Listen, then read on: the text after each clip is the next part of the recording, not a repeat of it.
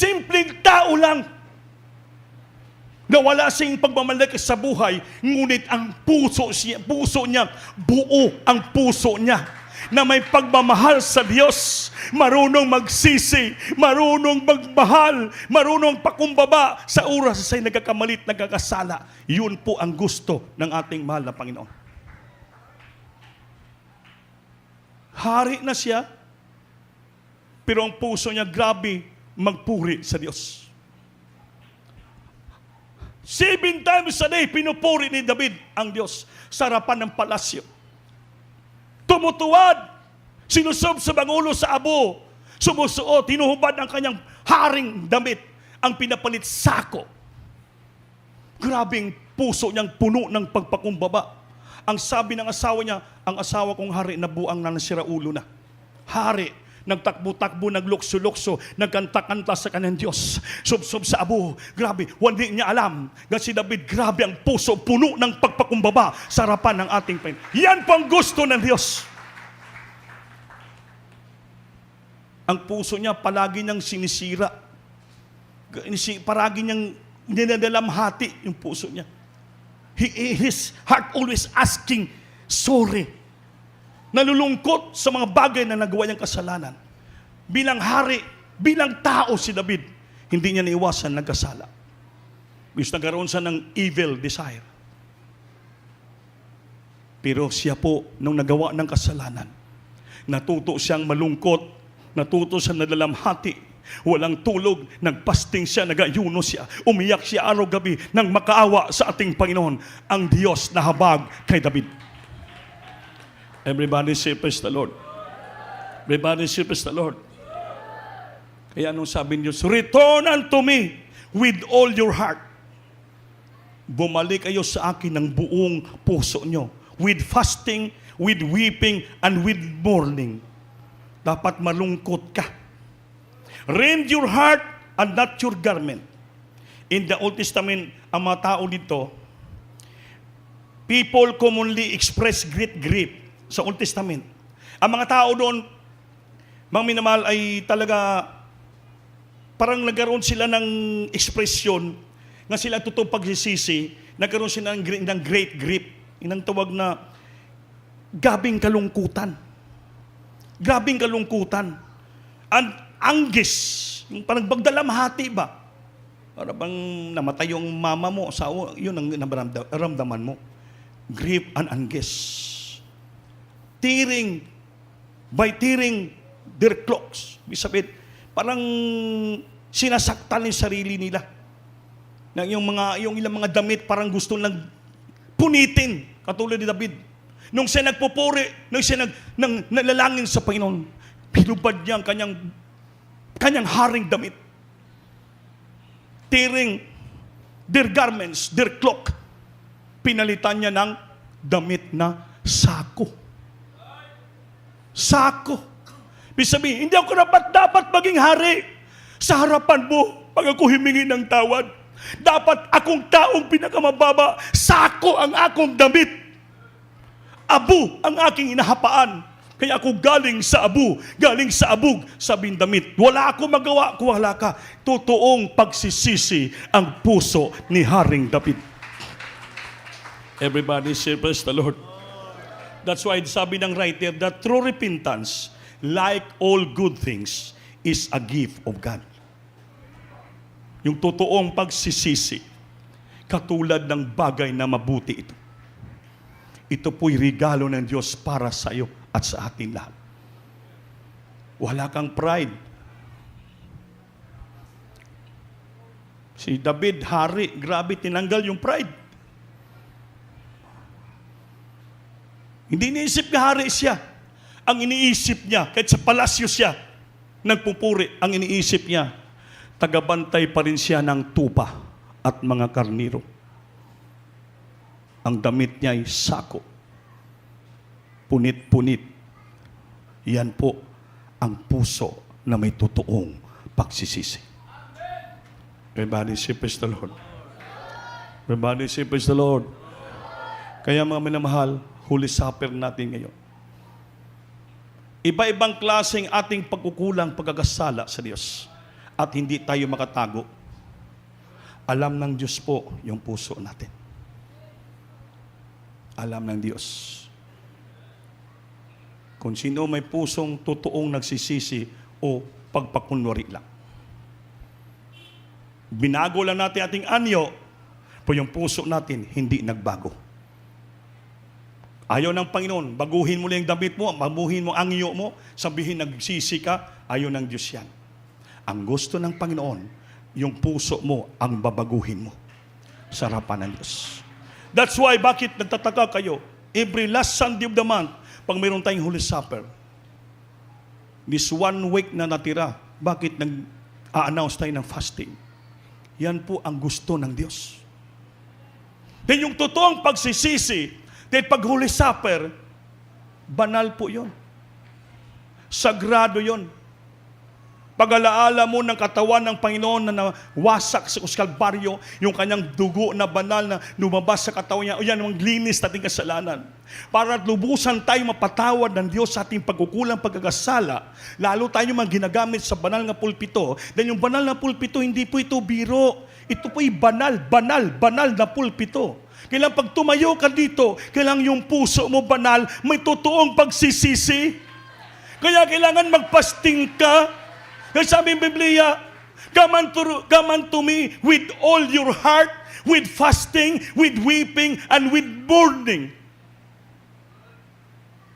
Rend your heart, sirain mo yung puso mo, magdalamhati ka, umiyak ka, mag-ayuno ka, lumapit ka sa akin para ano? Mapatawad yung puso natin. Nga sa ating pagtayo dito, malinis ang puso natin. Daluyan tayo ng Santong Espiritu. Ma-revive tayo, puspos tayo, mabalik ang kasiglahan natin sa ating mahal na Panginoon. Hinahulman, mabuo naman ang presensya ng Diyos. Ma-revive naman tayo. Hindi po ito biro ang ginagawa natin dito, mga minamahal. Ito po'y nakasulat lahat sa banal na kasulatan upang malaman natin ng puso natin totoo ba nga nagsisisi?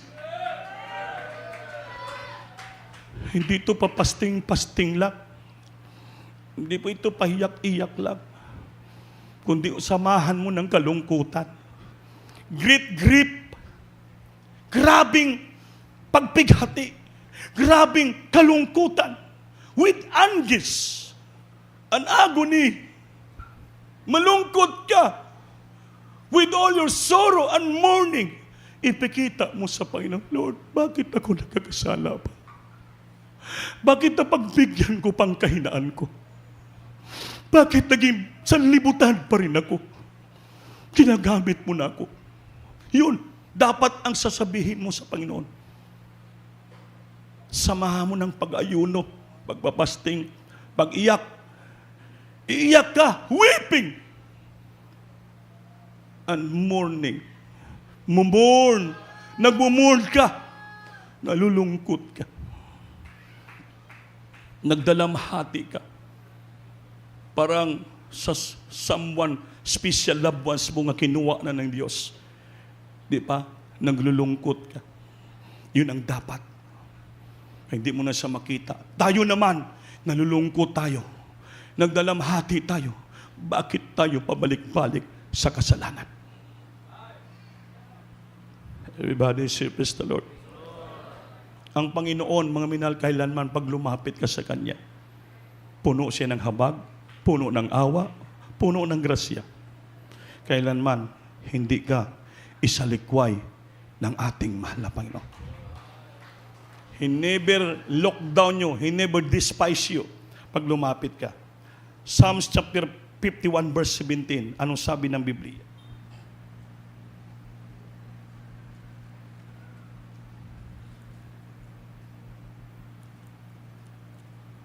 Libro sa Salmo, Kapitulo 51, versikulo 17. Ang mga halad sa Dios mao ang espiritu nga may hinulusulon. Ang usa ka nadugmok ug usa ka hinulusulon nga kasing-kasing, o Dios, dili mo pagatamayon. Amen. Palakpakan natin, Diyos magdama.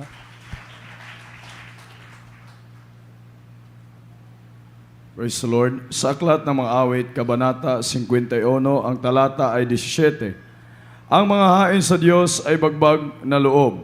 isang bagbag at may pagsisising puso, O Diyos, ay hindi mo wawaling kabuluhan. Amen. Palagpakan po natin ang Diyos.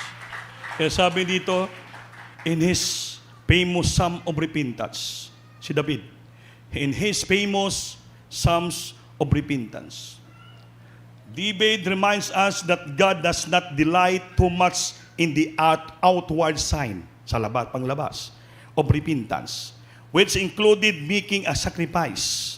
But the sacrifices of God are a broken spirit. Sabi ito, broken spirit. Yung parang baling-baling espiritu and a broken and contrite heart. Mapagsisising puso.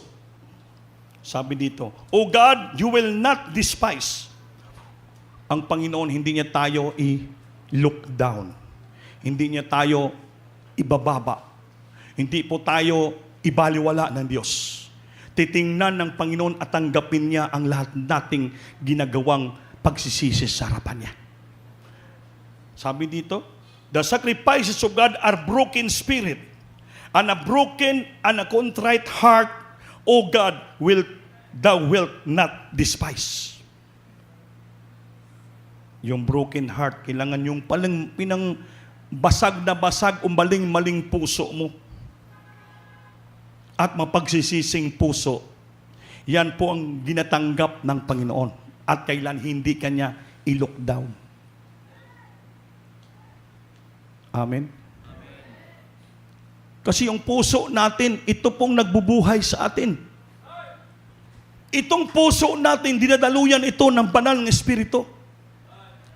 So sa ating pagkakasala, pagkakamali, parang nawasak yung puso natin sa sandaling iyon.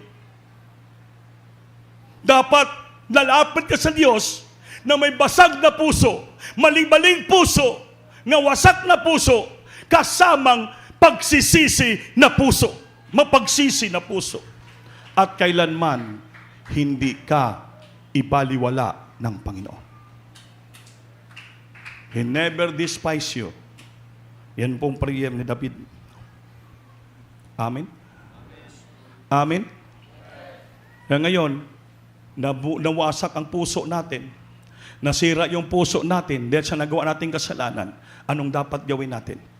Di basag naman yung puso natin, mali naman yung puso natin, sira naman yung puso natin. Ngayon, lalapit na tayo sa Panginoon. Ilapit natin sa Diyos yung ating baling, basag na puso sa pagkakasala at samahan natin ng nato na contrite heart, pusong mapagsisi, upang mahil, gagaling, mabuo ulit yung maling basag mong puso sa paggawa ng kasalanan, dahil kailanman hindi po tayo i-look down, ibaliwala ng ating Panginoon. Bukas ang palad niya, because our God is gracious, great in kindness, mahabagin siya, mapagpatawad siya, mapagmahal siya, kailanman hindi niya tayo papabayaan na mawasak ang puso natin dahil sa kasalanan. Ang gusto ng Panginoon, buuhin niya ulit. Bigyan niya tayo ng pusong laman, na matuto magpakumbaba, matuto kumikilala ng bawat pagkakamali, na kailanman hindi na natin gawin ulit. Ipakita natin sa Panginoon yung totoong puso natin na nagsisisi. Everybody say, praise the Lord. Palakpakan po natin ang ating pinakamahal na Panginoon. Everybody say, praise the Lord. Sabi dito, how to get a broken heart. How to get a broken heart.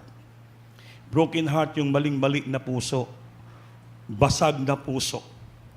It may sound strange, but how do we go about getting a broken heart? First, we simply need to ask for it through repentance. Like all good things, it is a gift of God. If we want to obey the command to rend our hearts, we must ask God to grant us through repentance. Amen? Amen? Parang ganito daw. Paano natin makuha itong maling-mali basag na puso. Una, is simply need to ask for it. Simply, hingiin natin sa Panginoon ang totoong pagsisisi. The true repentance. Like all good things. Para katulad yan sa mga mabuting bagay. Ito po'y regalo ng ating Panginoon. So if you want to obey the command to rent our heart, kung gusto natin sumunod sa utos ng Diyos na to rent our heart, na yung sira natin na puso, we must to ask God to grant us true repentance. Hingiin natin sa Panginoon na bigyan tayo ng totoong pagsisisi. Everybody say, praise the Lord. Para yung maling-maling puso natin, wasak na puso natin, ibubuo ng ating mahal na Panginoon. 2 Timothy chapter 2 verse 25, pag-ibasa. Malapit na tayo.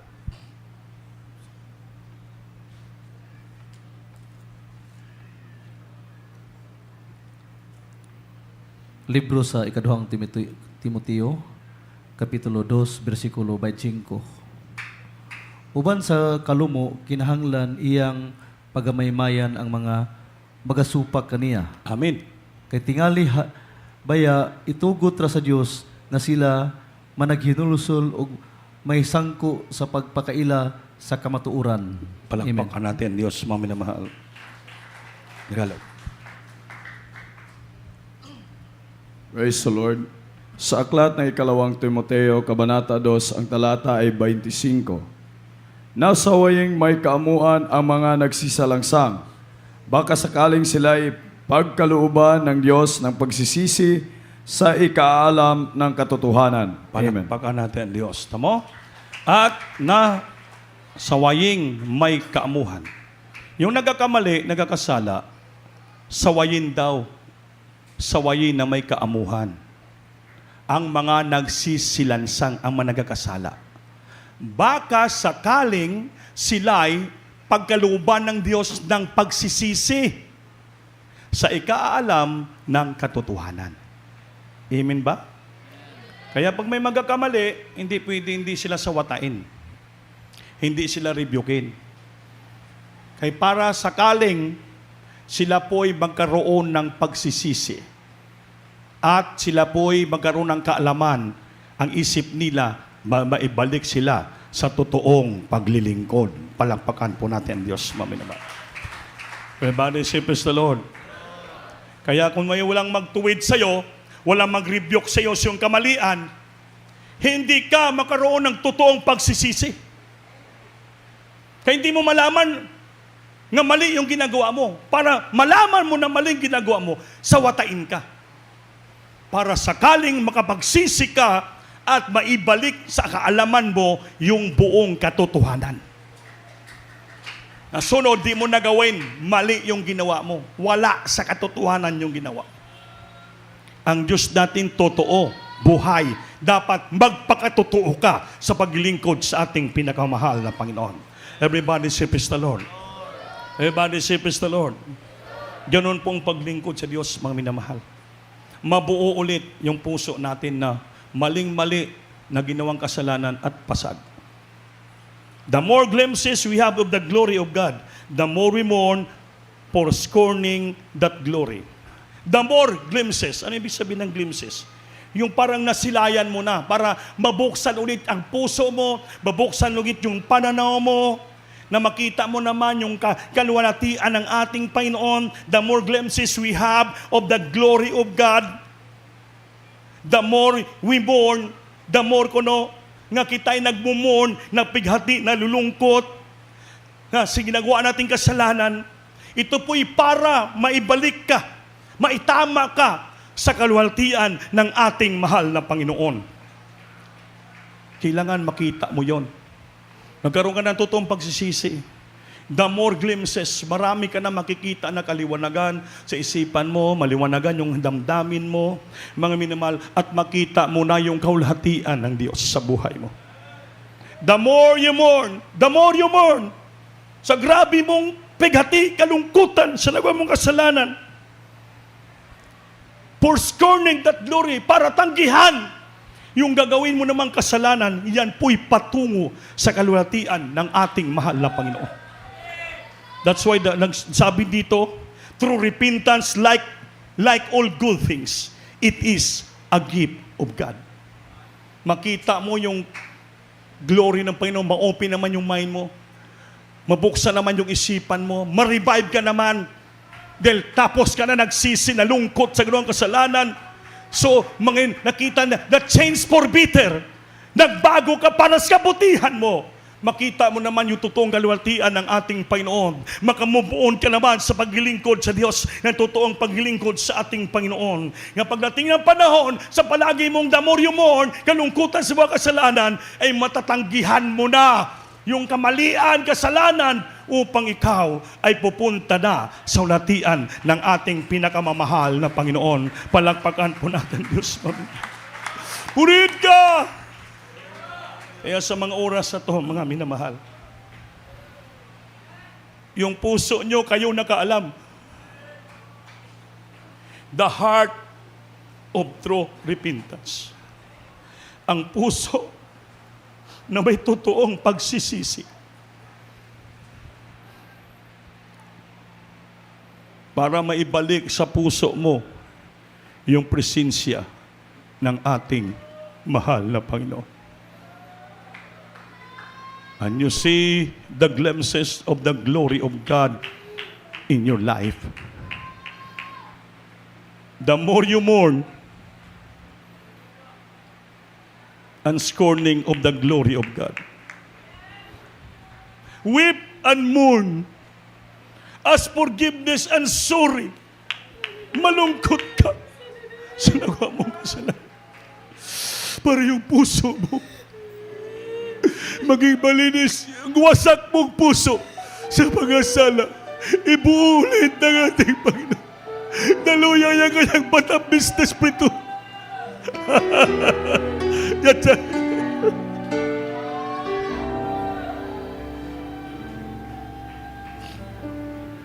Jesus. Panginoon, Sa bawat nagawa mo kasalanan, pinagsisihan. kung ito na lusan. Awitan na ito kasing kinasing-kasing. Gawin natin isang panalangin ng awit na ito upang tayo lalapit sa Diyos na may totoong pusong pagsisisi.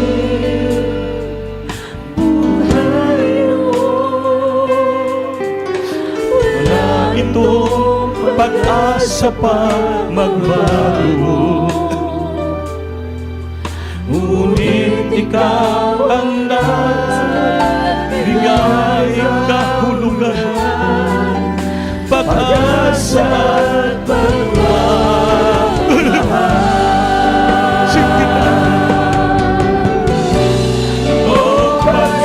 pag-iisipan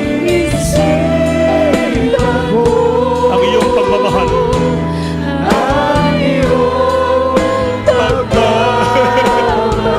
Maraming salamat, Lord. Isa na lumayo sa'yo. Bigayin mo yung puso. Ayaw ko na umibig pa. Mahigit pa sa iyo, Lord. Basta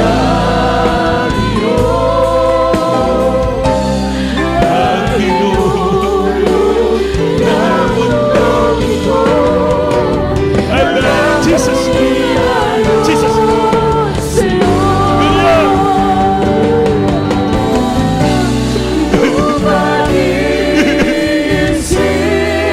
Patawarin mo kami, Lord. Linisin yung puso namin. Bigyan mo kami ng puso na totoo nagsisisi.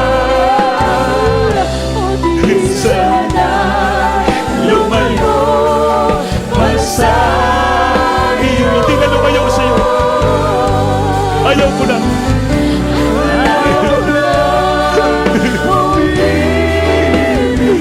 Ikaw lang ang ibigin. Jesus.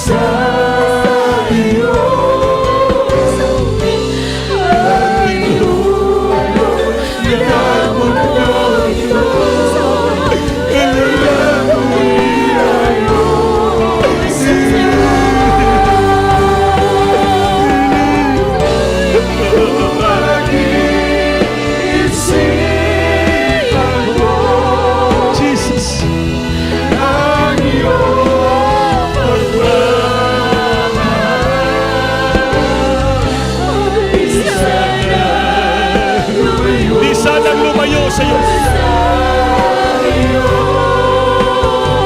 Ayaw ko nang umibig pa. Ayaw ko na umibig pa. Nangigig pa sa iyo, Lord. Nangigig pa sa iyo. Panginoon ng mundong ito, Alam kong di ayon sa'yo.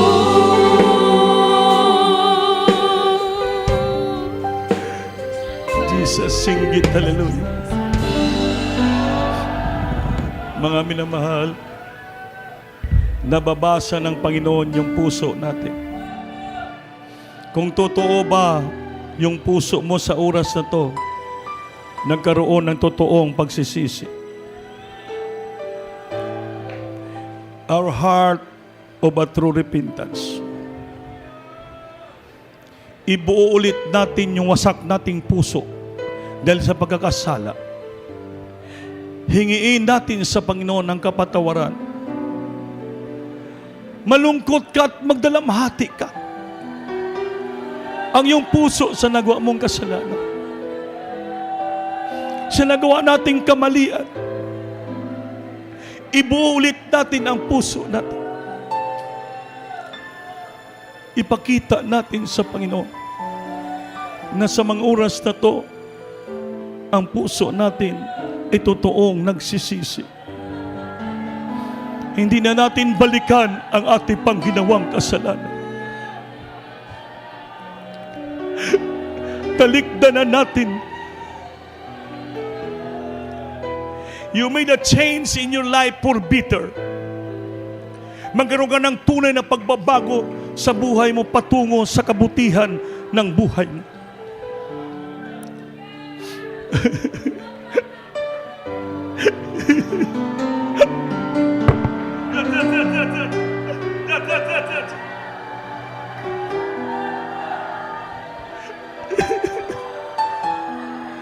Lord, tao lang kami. Saan makalimot kami?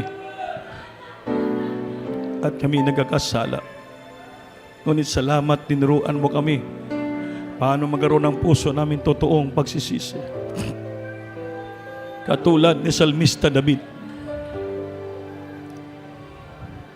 Kung nakulangan ka pa ng pagpasting, gawin mo na. Kaya ang paglapit sa Diyos, ang pusong totoo nagsisisi. Kasamang pag-ayuno, pagpasting, pagpuasa. Kasamang pag-iyak, kasamang kalungkutan, kasubo sa puso. Aron yung wasak dating puso, magkaroon ng totoong pagsisising puso at ibuo ulit ng Panginoon. Upang masilayan natin, makita natin ang totoong kalwalatian ng Diyos, ang tunay niyang kalooban. Hallelujah. Taas yung kamay, mga minahal. Lahat tayo magsisi ng taos puso. The true repentance of our heart.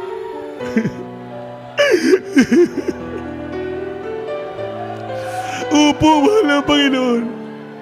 Nakikita mo ang puso namin. Wala ba itago sa iyo? Nasira yung puso namin na sa nagawa namin pagkakasala. Dito kami nagsusumamo, minang tawad ulit, Lord. Give us another chance to change our heart and for bitter. Tabangi kami, tulungan mo kami. Patawarin mo kami, Lord. Kung nakulangan pa kami sa kalungkutan sa buhay namin, sa aming pagsisisi at pag-iyak at pag-ayuno, gawin namin sa sunod na panahon. Sa mga oras, tanggapin mo, Lord, ng aking pagsisisi. Nga sa awa, pagtiko na yung katawan at dugo, mapatawad mo ako at palinis ang puso ko. Minsan may balik sa puso ko patamis mong presensya.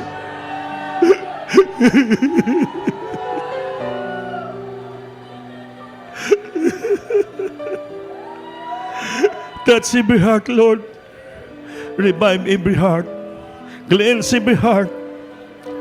Jesus, the first beloved pastor and the prophet, Lord. Mga minamahal, habang naramdaman yung presensya, yung puso mo kinukumot ng Panginoon. Dahil gusto ng Diyos ibuo ulit yung puso mo. Pag nakita niyang totoong pagsisisi mo, patuloy mong pagsumamo sa Panginoon. Patuloy ka mag-ibang istorya sa Panginoon. Habang hawak-hawak mong tinapay. Ang tinapay, yun ang simbolo ng katawan ng Panginoon. Nadurog sa krus ng Kalbaryo. Dahil sa atin.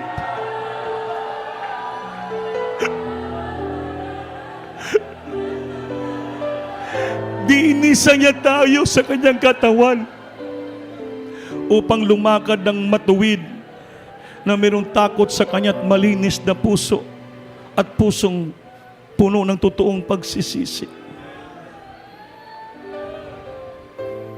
Yung kanyang dugo, yung ubas na to, ang maglinis, maglimpyo sa ating kasing-kasing, isipan at una-huna, upang maging malinis ulit ang ating puso, daluyan ng Santong Espiritu ng Panginoon. Hawakan yung tinapay. Hawakan yung tinapay. You have to respect and honor the broken body of our loving God. Ang nanakapasalamat na siya, kanyang tinipik-tipik ang tinapay at sinabi, ito ang aking katawan na nadurog dahil sa inyo. Kanin natin ito sa pagkaisa sa ating Panginoon. Hallelujah. Jesus. Ganon din, hawakan natin yung ubas. Simbolo sa dugo ng Panginoon. Itong maghugas, maglinis ng ating pusong wasak sa kasalanan. Upang ibuo niya ulit. At saka tapos ng hapunan, niyang kinuha ang kupa at sinabi, itong kupa, itong bagtong testamento na aking dugo, gawin niyo ito sa palagi at inumin niyo ito sa pag-alaala sa akin. Himno natin, ma'am. Hallelujah.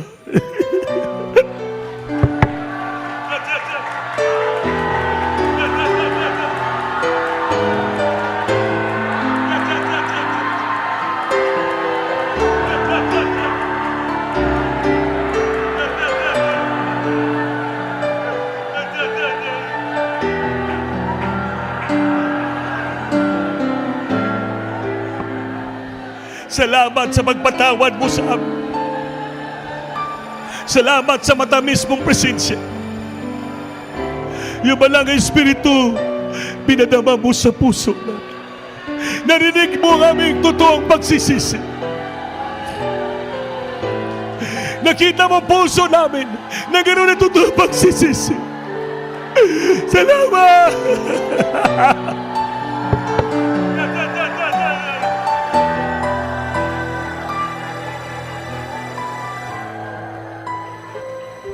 Jesus.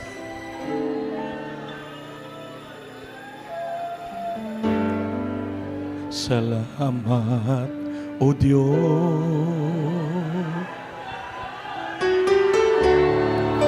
Pagpapala mula sa iyo.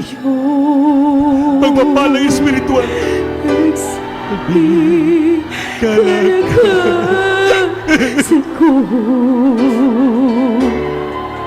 Paglilingkod sa iyo.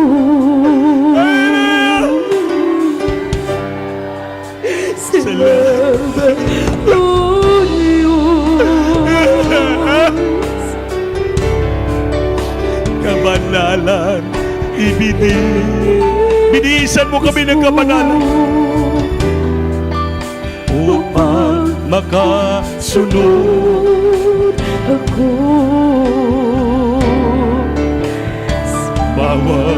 naisin mo.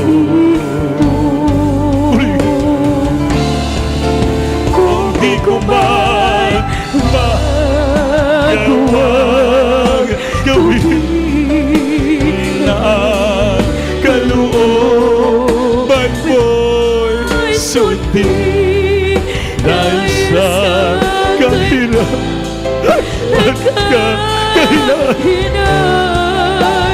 na sa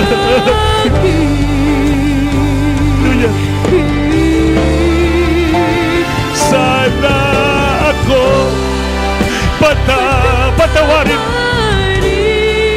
ang mga kahinaan ko'y pawin, at ang pag-ibig mo manatili na sa akin. Hallelujah! Jesus! Kung di ko man magawang gawin na kalooban mo'y sundin, dahil sa kahirapan at kahinaan sa akin. O sana ako'y patawarin ang mga kahinaan ko'y pawin, at ang pag-ibig mo manatili na sa akin.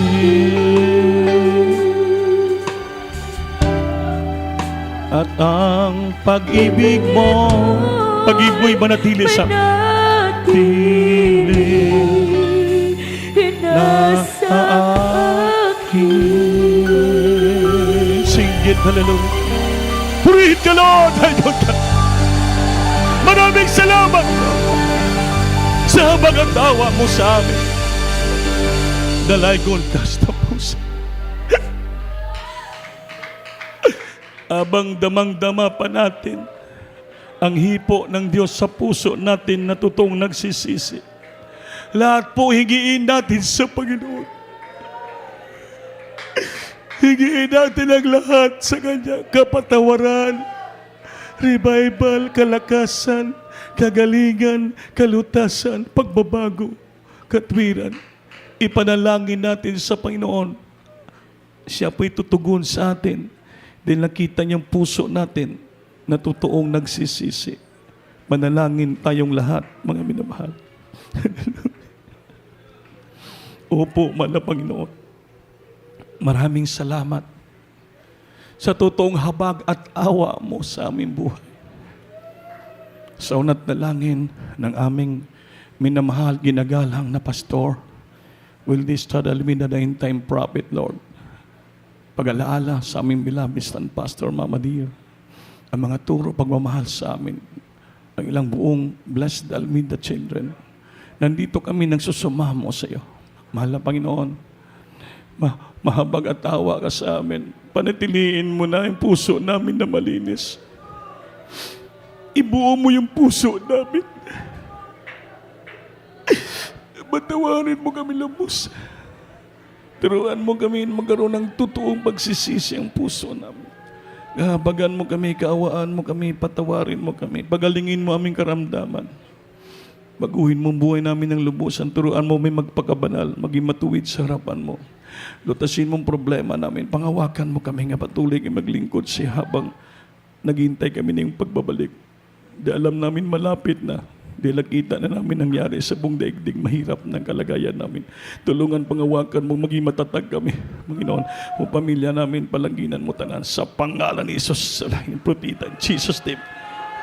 Banlungan nyo, batong kamay. Hallelujah. Hallelujah, Jesus. Lord, yung babang kapangyarihan mo sa ilitangaron din sa pangalan ni Jesus.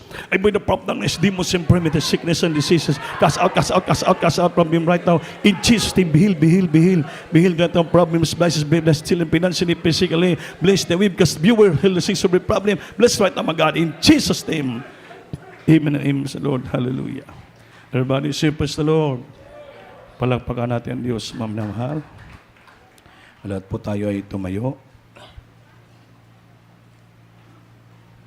Tayo po ay lumukso 3 bisis, singgit ng malakas.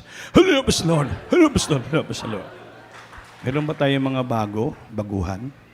Karoon na nagkatambong? Karoon na nagkatambong? Bago pa mo? Karoon lang? Hindi mo nga, Brad. Inyong dawato ng Ginoo. I-guide niyo sila sa tunga. Mga baguhan. Bert. Adiya po. Yan. Napay bago niya, mga baguhan pa, karoon na nagkatambong.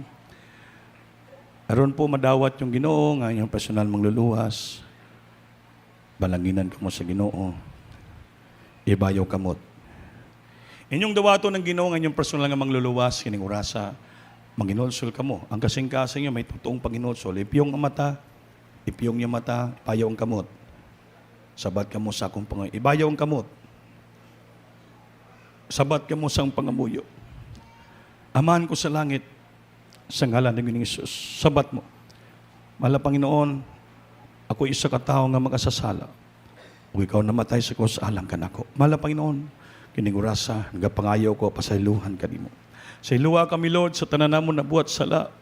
Sukat kami bata, panti kinurasa. Ginoong Hesus, gidawat ka naming among personal nga mangluluwas. Diyos o Hari, sa among kinabuhi. Luwasa ka pa Ginoo, patitibok kong balay. Isulat mo ngalan sa libro sa kinabuhi. Imo kami anak mong tinuod sa kasing-kasing binuhatan. Luwasa mong timok pamilya. Na kami mag-iusap, pangalagad kanimo, padulong lang langit. Sa pangalan ni Jesus. Amen.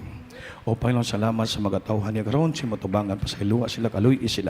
Kasi sila panayin mga lagad kanimo, milagruhi sa ginabuhi. Kasi sila po yung magpanayin mga lagad kanimo, luwa sa ilang timok pamilya. Kung sila po yung may mga sakit balatian, problema, mga labuan sila, ayuha sila. Pakita milagro mo silang kinabuhi. Sunod dalangin mala pastor, in Jesus' name. Amen pa sa Lord. Hallelujah. May upat ka reglamentong kaluwasan, upat. Una, pagtuo. Ikaduha, inolsol ng mga mo. Pangtulo, bautismo sa tubig sa ngalan ni Jesus. Nay tabdiya. May tubig, Bert. Oh, may baptismal tabdiya. Doon na kita ilisan nga rob, baptismal robe ipasulob sa inyo para hindi mabasa ang sanini amdala na may is comfort room diya para makumplitong kaluwasan nyo. Pag uli nyo siyang balay, sigurado na mo. Mabanggaan mo diya, sa may tabo sa inyo, putiktado ka mo ng Diyos. Munang kaluwasan, present, past, and future. Karon, tinawat yung protection na nakamo. Yan ang tunga salvation. Present time. In the past and in future. Future, pag-amot sa panahon, hukman ka mo sa Diyos, langit ka mo. Sa atong kapanahon karon, in the present time, ampingan ka mo sa Diyos. Yan ang kaluwasan. Amen? In the past, present, and future. So, pabautismo ka mo para maluwas ka mo. Pang-upat, madawat ninyo ang balaang espiritu. Ang Diyos Espiritu mo sulod sa kasing-kasing. Nakita nyo, nanghilak, nangurog. Yan po ang itawag na baptism of the Holy Spirit. In filling and refilling of the Holy Spirit. Munang kinanglan sa tao. Sa Biblia, Roma 8:9, ang tao kinanglan sa taong balaang espiritu. Ang wala, espiritu ni Kristo, dili ni Kristo. Hindi po reliyon ang kinanglan.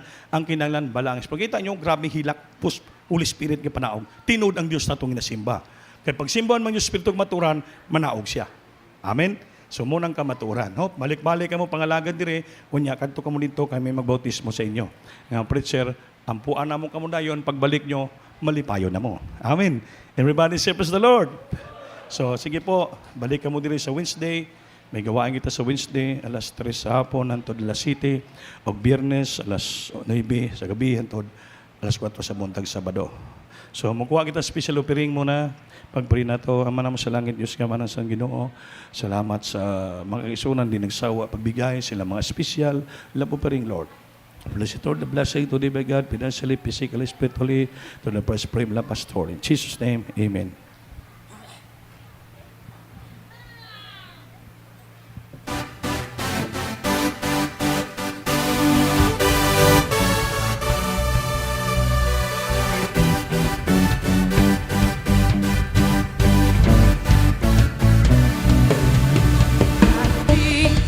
Of your goodness, in your love, with kindness, and I know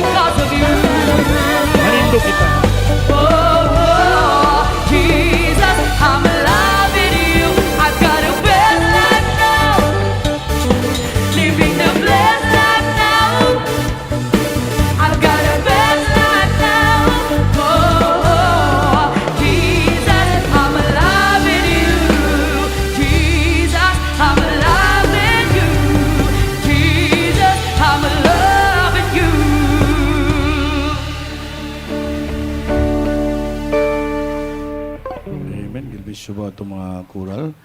Mga muyo kita mela sa itong closing prayer. Ayaw po kalimti yagin niyo po sa boxes natin. Yung puti nga box, 5 pesos pataas. Ihulong niyo po yun para sa ating TV program sa Channel 4 every Saturday. Ang brown nga sa lupa po natin yan, mga pledges na to, special offering, para mag-ipon ta ng kwarta just anytime. Makita ta, hindi na ta maglisod, may paliton. Nakaipon na ta ng kwarta. So, huwag kayo magkait sa gawain ng Diyos kaya para naman sa kanyang kahimayaan. No? Ang man na tuwali, closing prayer, magpalihas, may mga sakit ba natin. May problema, huwag kang maulam magdoon sa mong personal. No? Tabang kaloy sa Diyos. At tawagan ito na Brother Jojo Abad sa ating closing prayer po. Panalangin po tayo. Wednesday, huwag mag-absent. Wednesday, patuloy po ating gawain. 3 o'clock hanggang 7 po, nasakita sa screen. Friday, ganun din, 9 p.m. to 4. Ang Sunday ngayon. Praise the Lord. God bless you po, beloved Lord and Preacher, Kuya Andy. Minamang tayo po'y manalangin. Hallelujah, hallelujah, hallelujah. Dakilang Diyos, mapagpala po naming Ama sa langit, Diyos na makapangyarihan sa langit. Diyos na may likha, gawa, lalang ng lahat ng bagay. Mahal na Panginoon, maraming salamat o Diyos. Matagumpay naming naisagawa na idaos ang iyong banal na gawain sa araw na ito. Salamat sa pagkilos mo ng mainam, mahal na Panginoon, sa aming kalagitnaan. Damang-dama namin ang iyong presensya, iyong pag-ibig, mahal na Panginoon, kahabagan. Hindi man po kami karapat-dapat, mahal na Panginoon. Ngunit salamat sa iyong dakilang pag-ibig na hindi masukat. Salamat, mahal na Panginoon, sa bawat bahagi ng aming banal na gawain. Wala sa aming mga pagpupurit, mga pag-awitan, sa mga buhay na patutuo ng aming mga kapatiran, mahal na Panginoon, sa mga awitin po ng aming beloved choirs, sa Panginoon pagbibigay, sa mga banal mong salita na sa pagkain ng aming kaluluwa. Salamat, mahal na Panginoon, sa paghihipo mo sa aming mga puso. Nawa ang mga salitang ito'y may tanim, may timo sa aming mga puso. Hanggang sa aming pag-uwi, may baon namin ng kagalakan, kapayapaan sa aming mga puso. Sunod na mga gawain, muli mo kaming ibalik sa lugar na ito, mahal na Panginoon. Ingatan mo po kami sa aming pag-uwi, kung paanong iningatan mo kami sa aming pagparito. Sa paunang panalangin ng aming mahal na pastor, aming sinasaway lahat ng demonyong panganib, kapahamakan, disgrasya, sa pangalan ni Jesus, bless us, O Lord, in the mighty name of Jesus. Amen and amen. Hallelujah. Yes, the Lord. Bless you, Lord. Maglaman naway kita. We love the Lord. And Jesus loves you more. Yes, I love you Kaling Quran with nato. love